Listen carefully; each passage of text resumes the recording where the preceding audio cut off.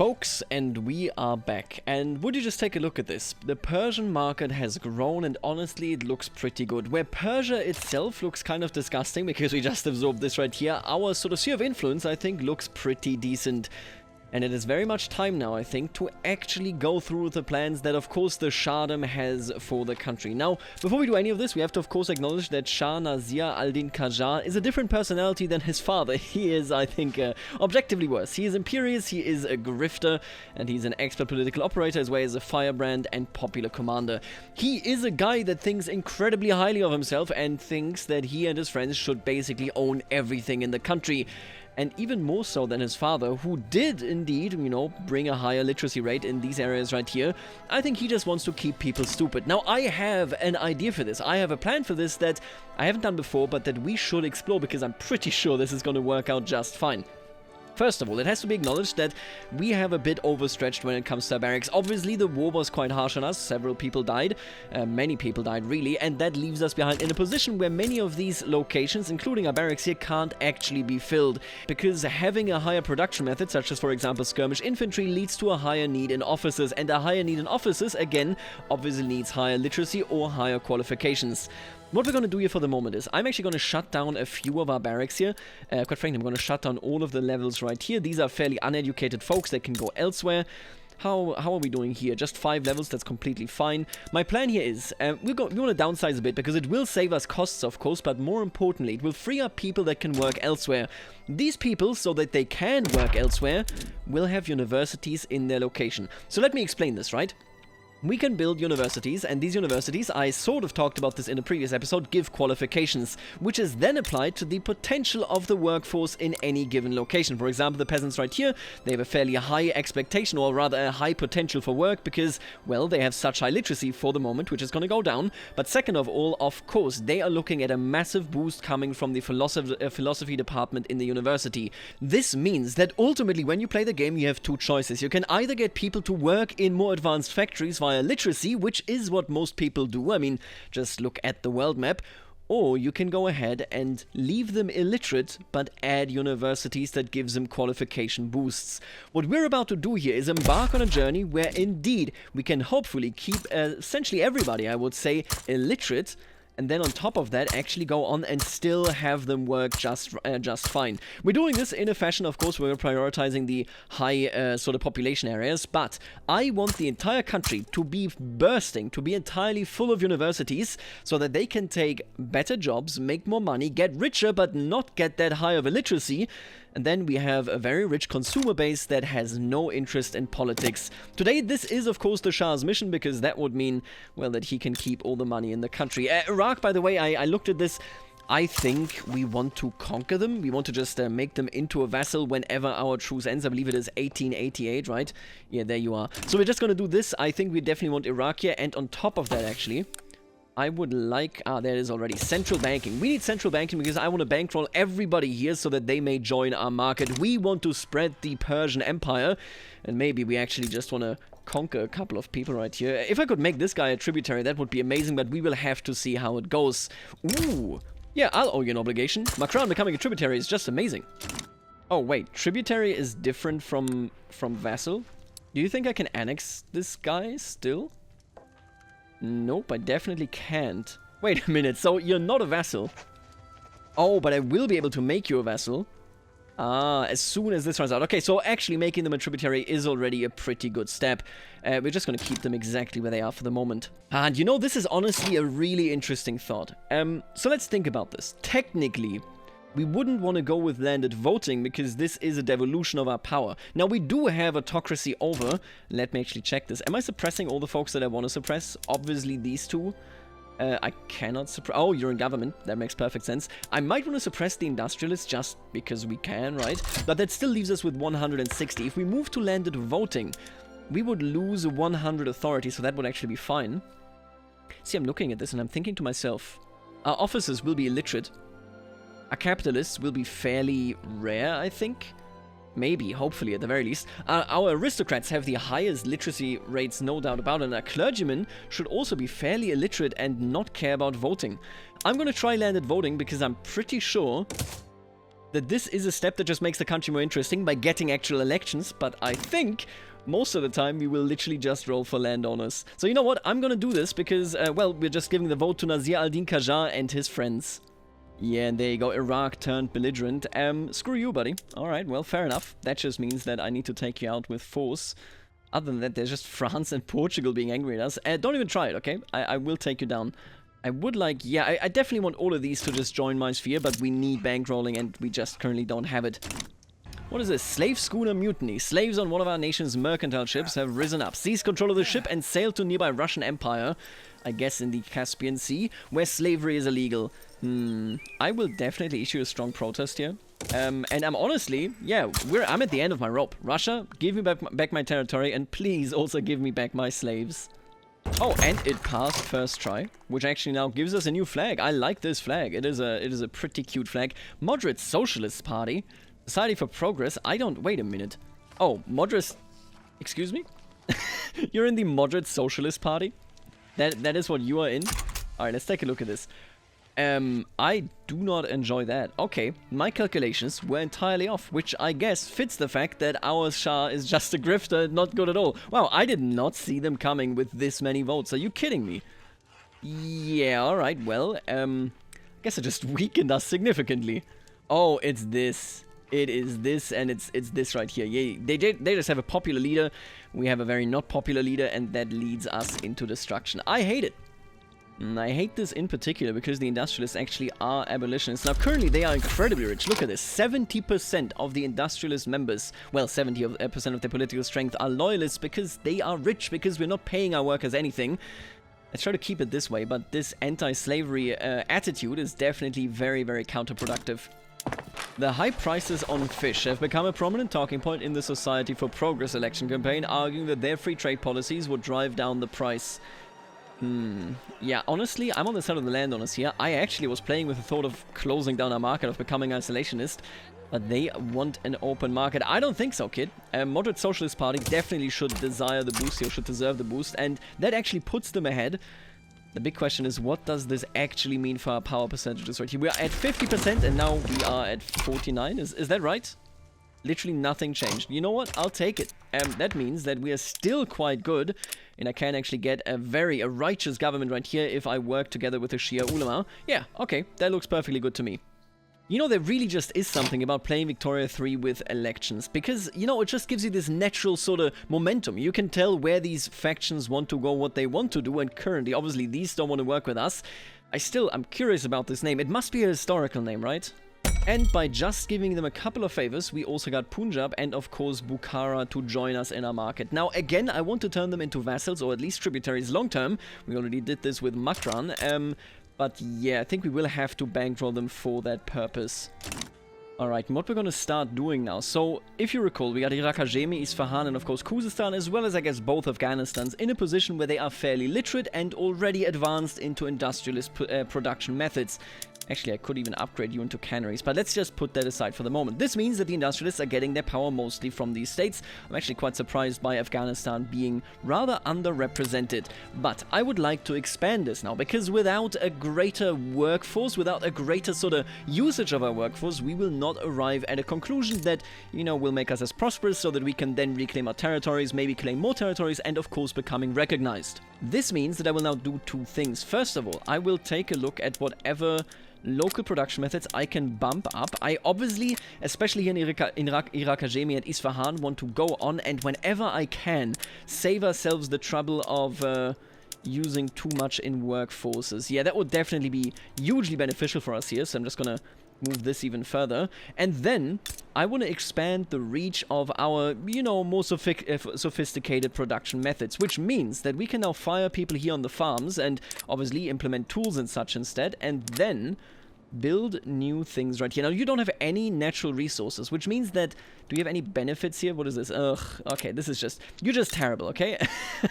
What are we gonna do with you? I would like to strengthen you by giving you a couple of necessary production sites. We could go for motor industries, definitely worth it. Could go for food industries as well.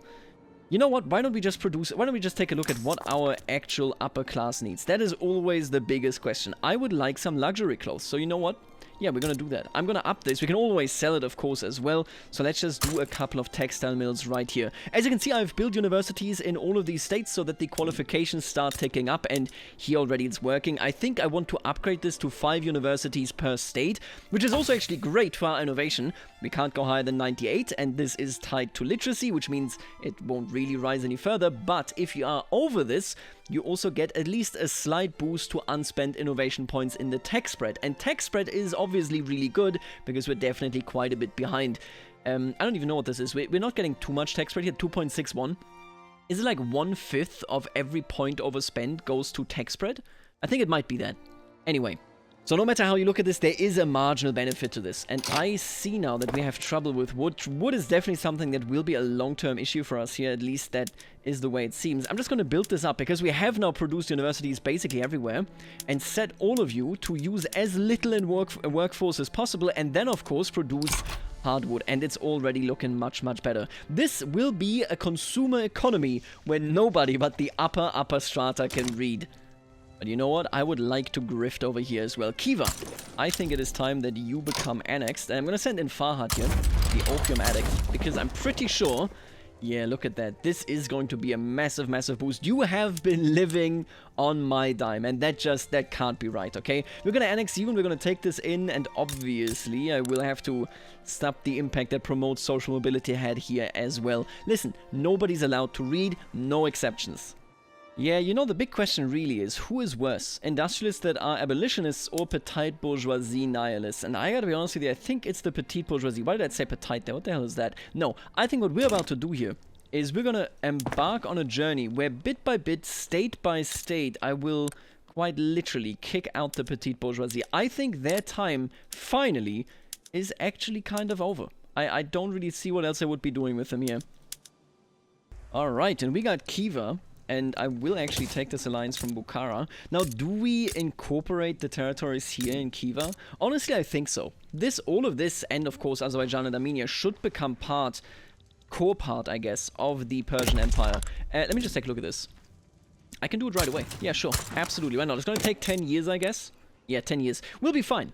All I care for is actually that we can get rid of this turmoil via our police institution, of course, that we can connect this properly to the market, and, most importantly, that I actually reform all of these things. I don't want these folks to read, but I want them to still be able to work, so let me just take a look at what I need to downsize here. And oh my god, there is no way we are actually getting a CSA rebellion. It looks like, obviously, they are about to lose this, because, well, they are in a much worse position, and as you can see, they are being occupied here already. This is definitely going to be a win by the USA. But my god, we actually have a slave state rebellion. Let me take a look at this, right? Are you in a position? Yeah, legacy slavery, all of that. Wow, I am so proud of you. You are just about 20 years late, but at the very least you did it. And obviously this state here didn't flip, because this is a state, yeah, that always ends up incredibly majority Afro-American. Oh, and there is central banking. Now, let me take a look at this. We have Bukhara with an alliance. I can make you into a tributary, but I can't owe you anything. So I'm going to just bankroll you so that I can get rid of this favor, and then you'll turn into my tributary. Kokand right here would also be nice. Can't be too expensive, and indeed, it is actually quite cheap. Kalat. It doesn't seem very likely, but I'm still going to bankroll you just to see that we can't pull this off. And then Punjab. Yeah, same case as Kalat, really. Yeah, then Iraq, I think this is just going to be a vassalization by force. Don't worry about it too much. Improved fertilizer is great news, though. Let's just implement this right away. Now, when it comes to our laws, I do want to make a couple of changes if possible. Obviously, schools is ruled out unless we were to genuinely become progressive, which currently is very much not the case. But I definitely want healthcare. Charity hospital is very, very nice. Is private health insurance blocked? It's not blocked by anything except pharmaceuticals. So see, here's my logic, right? We are becoming fairly rich. We do currently have enough unemployed and peasants, and that is all fine and good, but we have rationalized a lot of jobs away just by automating them, right? If we hit full employment, we will have a fairly high standard of living, which quite frankly we already do to a certain degree, and private health insurance would definitely be worth it and make it so that people can be rich incredibly multiplied, you know, so when it comes to their pop growth, and still be illiterate. I'm gonna go with this for the moment because it's better than nothing, but the end goal is private health insurance here, I think. Alright, and here you will now already see why I actually passed closed borders. I did this so that we could achieve labor shortages. This is very much on brand and on purpose. Because otherwise people would normally, for example, migrate right into Kiva, because Kiva has jobs, there's stuff going on there, people would be interested in working here. I am not interested in them doing this, because this now means that Kiva has to raise prices, since all of a sudden the actual owners of these buildings will compete with one another, which directly means that, yep, the standard of living in Kiva will be going up. If we compare this to, for example, Tabriz, yep, there you go, it is a whole point, I think actually 1.4 points, yeah, 1.4 points higher in Kiva than it is in Tabriz, because Tabriz has all of these peasants. I can create regionally significantly different sort of countrysides, because you're looking at a situation where in Kiva, nobody can migrate into it and there are open jobs. This way we can have a much more, I think, sort of selectively developed country compared to, for example, Britain, where everybody's rich, or even France, quite frankly, even Prussia, and then, of course, everything going on right here as well. We will be a very, very, very selectively rich and selectively poor country. 1888, and you know what time it is? It is the time for the Iraq invasion. This can't go wrong. Man, that's a lot of infamy, but to be fair, it's Iraq. This is great land. And it looks like we're not going to get any pushback here. Iraq is in a situation where they're not even going to resist, or rather, they are actually going to resist, but nobody's on their side, and ideally, you just surrender here. Oh, there you go. Iraq backs down. Beautiful. And who are you? Jabal Shammar? I guess you're the next logical station, right? I'll take a defensive pact, sure. And then I might start bankrolling you. I definitely want a customs union here as well. I want this sort of, you know, a nice looking empire. We are already in a pretty good state in our market. Now it's just a question of actually making people our subjects. Okay, so this is actually really funny. I just love the way this actually works out. It's completely ridiculous, so let me guide you through this, right? We have these Persian Shiite machinists in Laristan as a great example. Laristan has never received the social mobility decree, nor did we really care for enhancing their literacy, which leaves us with this 18%. They technically have a higher education access level, but it's going to take them quite some time to get there. This means that they are incredibly loyal. You can actually, I'll just be honest with you, in 1893, sure, once you reach full employment, everybody should be happy, but that's not what is actually going on here. People are incredibly loyal because they don't have any expectations. The laborers, the farmers, all of them are loyal. The disloyal folks are literally only there where we conquered, and by the way, feels a bit weird that Luristan is in this capacity, seeing how Luristan was ours to begin with, but let's put that aside. These Shiite machinists are at 14, which is pretty decent, but look at their minimum expected standard of living. Their literacy modifies this by 0.18. On top of this, and this is again why they are just so damn happy, they do actually achieve a fairly high standard of living, which means they are consumers, but they are absolutely not interested in politics. Man, it is so good. I actually wonder, if we switch to universal suffrage, would these people start caring? Would we get very different results from, you know, the elections that we're currently getting? Honestly, I'm not too sure. What is interesting, though, is that since we are now severely over the weekly innovation that is normal, since I've built so many universities, when you look at that, we're getting 13.5 average weekly spread coming from technology spread on top of what we already get. Our literacy might be fairly low, but since we need these universities to, you know, justify actual qualifications, we are looking at something that is absolutely massive. You can run until the very end game. Quite frankly, the only thing that is really keeping us back here is actually peasant levies. That is really the only thing I think that is ultimately keeping us back here, because this just means that we can't really enhance our strategy here. But until the very end game, you can definitely run a country that is deeply conservative, because, well, just don't teach people how to read and make it so that our universities will be able to maintain the job qualifications that you need. Let me study these discriminated peasants. 19.2%, how you're doing here. You are discriminated, so you're even worse off, but even look at that. They have machinists, they got laborers, they got servicemen, which means that we can definitely get our barracks filled here. That wouldn't normally be possible with this amount of literacy, but thanks to the universities, all of a sudden, we can just be this really conservative state, this reactionary state, and it'll work out. Alright, what the fuck? What did you just do? What the fuck?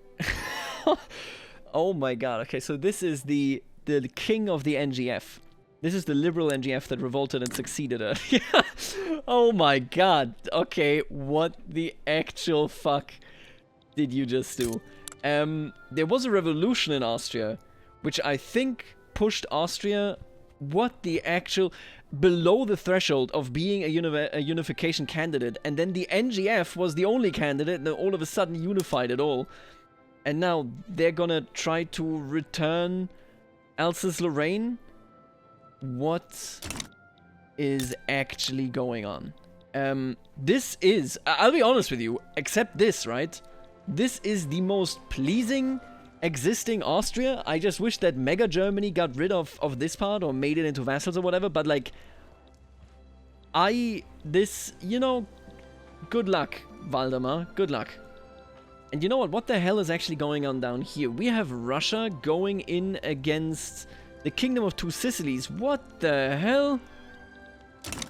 Okay, something... Excuse me? Are you insane? Are you out of your mind? This Europe is deeply cursed. This is the worst Europe I've seen in ages. Huh. Oh my god, talk about Germany going all in. What the hell is going on here? How much do you have? How much do you... Oh, no actual infamy. You just hate it, I guess. I mean, how couldn't you be? God damn, I really wish the AI would utilize more Liberate Country CBs, because, come on, just get rid of this. But you know what? I think we can actually use this opportunity to do something. I need to become recognized as is, and we do need to take over these territories from the Russian Empire, and... I mean, if they're this busy, then... Wait, do we have a defender? You technically have the Great Qing. I don't even... What is... Just... what? This is... You know, okay. Well, I would like to ascend, become recognized by Western standards, and then close my country off if we can, as maybe, you know, tomorrow's big highlight. For the moment, I think it would be a good idea if I simply pressed for recognition. I think that would be a great idea. Let's mobilize the troops here. Should our king, should our Shah here actually get involved? He's not a great army leader, and his dad, you know, wasn't there anymore, so like that's completely fine as well. Why don't we just hire a new general and hope that it is a good one? Are there free troops over here? No, literally nothing. Okay. You are great. Yeah, actually, I love this guy. Farhad Bahmani Qajar, absolutely. Let's get this guy in. Let's definitely mobilize both of them, and of course promote Farhad, let's say twice, right? And then, is this one front line? Jesus, you know, just sometimes. We definitely need to focus on these areas right here.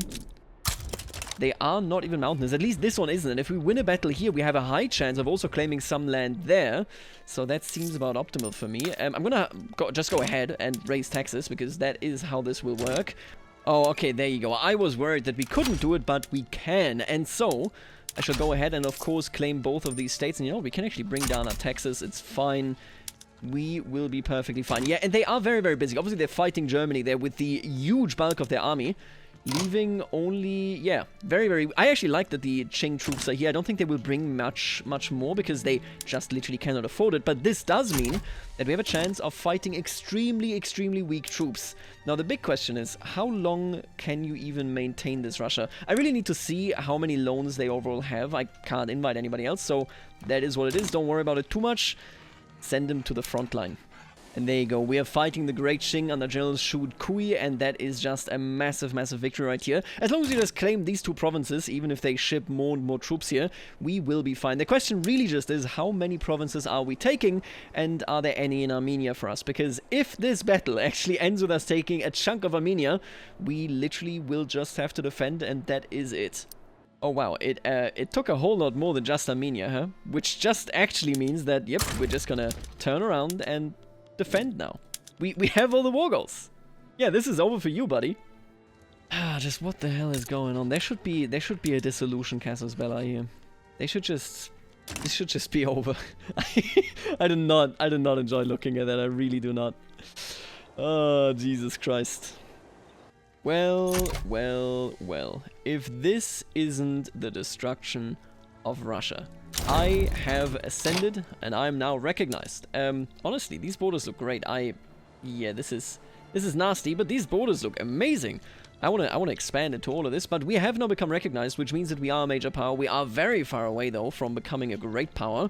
We are very far behind between the actual competition. I mean, Russia is just backwards, right, when it comes to technology and such, but the US, British East India Company, Kingdom of France, Great Qing, German Empire, and United Kingdom, they are so far ahead in GDP.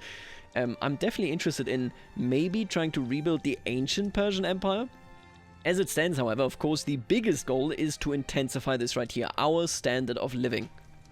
And you know what? Just to celebrate, I do think it is time that we incorporate Iraq here as well. You know what is really frustrating? It's definitely this right here. Look at this. I mean, come on. I have a significantly bigger army than you do, and yet I'm just 1 point away from actually being able to convince Punjab to join me as a protectorate. It would be great, but it is what it is. And I did notice, by the way, that racial segregation is very popular. We rolled a reformer for the landowners, actually. Farhad Bahmani Qajar. Wait a minute. A general. Is he related to Shah? Wait a minute, where are you coming from? I missed that entirely. Mohammed Hassan Qajar has taken control, and he is actually not a landowner. Yeah, and once we pass this, we will actually be in this interesting position. There it is. Well, that was incredibly fast. Wow. We will actually be in this interesting position where we will no longer get radicals from discrimination. That now means basically everybody should be accepted. Oh, wow. That is a lot of not accepted people. Huh. Okay. Wow. Wait a minute. Is this... Does this need time to reset? No, it doesn't. Wow, I'm actually blown away by this. Usually, cultural exclusion means very, very little, but right here, it means a lot, as you can see, because, yeah, this clearly didn't get the job done. There's still so many people that are discriminated against. We might want to reform further in the future. What is the landowner's agenda right here? Propertied women, compulsory primary schools. I'm not too keen on any of these, really. We could technically, I guess, actually pass... where is it? There it is. Cultural exclusion. Ah, but we got slavery, so we cannot do that. Fair enough. We're looking at a situation where we could liberalize here, and quite frankly, more workforce would be nice. We could do restricted child labor. Does that do anything for me? I guess it brings down mortality. You know what? Yeah, we're gonna go with this. This just brings down mortality. Looks good to me. We're expanding drastically. I haven't managed to get Punjab to join me because they are 1 point off. They are a single point off, and I cannot do anything about this. Also, mega ugly Germany has decided to support the Ottoman Empire, so that is a bit of a thorn in my side. But we're looking at a situation where our literacy rate is steadily falling. You can see that Turkmenia and Khiva used to be much, much higher. Afghanistan, Western and Eastern Afghanistan, has sunk quite a bit, as well as everything else, because, well, we now have an incredibly docile population. Many, many people live in these territories. They are no longer discriminated against. They are receiving decent wages. And that means they will just hang out, have a good time, be a decent consumer base. And, well, that is excellent for us, quite frankly. I'm going to end it right here. I think there will be one more episode coming. This is sadly a bit of a disaster. A bit of a disaster world right here. But I want to push this even further. I want to have as much standard of living and yet as little political participation as humanly possible. So let's keep this up, because we already are at 19.6 million out of 25.3 million that are just not participating in politics, and that is ideal. For the moment, I will see you later, alligator.